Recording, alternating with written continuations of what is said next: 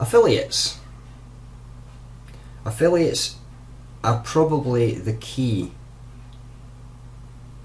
to a successful launch. And when I say successful, I'm talking about making hundreds, if not thousands, of sales if your product's correct for the marketplace, of course. If you're relatively new, then don't go and contact people that are affiliates and say, can you promote my product? Do you fancy promoting this for me? Oh, I'm new here. Build up a relationship first. That's absolutely key. Build up a relationship with the people that have lists. It comes naturally to me. I love to chat anyway, regardless. There's not many people that I would say that I can't speak to. I know quite a few of you inside JV Central already, and I'm not interested in your list. I'm interested in the person that you are. Now that might sound a bit sappy, it might sound a bit, what?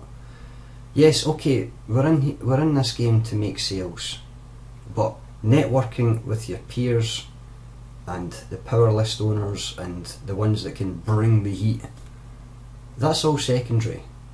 If you go in there and just try and get them to promote for you without even knowing who you are, why would you bother? If you had a list of, say, 5,000 people and someone came to you out of the blue, you didn't even know who it was, and they said, will you promote for me? What would you do? You'd completely ignore them, wouldn't you? Or you would at least try and teach them a bit of manners. So anyway, get to know the person first and foremost. As I say, that's absolutely key. I mean, find some common ground, find a common interest. I won't name any names, but some of the people I've spoke to in here, you know, we've found some common ground on, you know, retro gaming or recipes, or the fact that where we live the weather's utter shite. I'm sitting here at 3 o'clock in the afternoon, it's chucking down with rain and it's about -4 outside. So I can find some common ground with people living in the UK that have to go through the same thing, and then just whatever, a bit of what we call banter in Scotland, a bit of chat, a bit of conversation. And it's nearly Christmas. How's your Christmas plans going? Just talk to the person. Don't just go for the list. That really infuriates me when people do that as well. So the other thing too, once you've recruited your affiliates, how are you going to get them to promote for you? Well, one way of doing it is offer them an incentive. You can do some cash prizes. Research that side of things first before you jump in there, because you don't want to end up seriously out of pocket for doing that. A better way to do it is have your commission set to be attractive to the affiliates that you're trying to get on board. With my recent launch, Bulletproof Backup, the default commission was 50%, but for people that opted in as my affiliate, I bumped them up to 60. It sounds minimal, but it can be the difference between them being interested or not interested. There is the option for the 100% commissions. I'll go out on a limb here and say I don't really agree with that, because if you are going to launch a product with 100% affiliate commissions on both the front end and the back end, then you might as well spend $50 on a solo ad and get people on your list that way. Because let's face it, if you're doing 100% commission on the front and back, you're making zero out of that.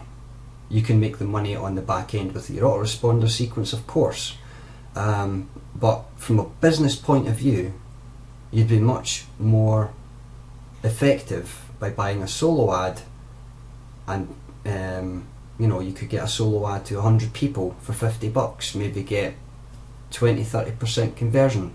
So that way you get 20 or 30 people onto your list. It's cost you $50 instead of 30 times whatever the front and back end cost of your products were. Again, that's just my point of view. Might be a bit controversial with some of you, but hey, each to their own, what else? So once you've got your affiliates interested in promoting for you and you believe in your product, give them review access. It's not rocket science, guys. I class myself as a guy of integrity. I won't just mail out on something that I haven't even seen.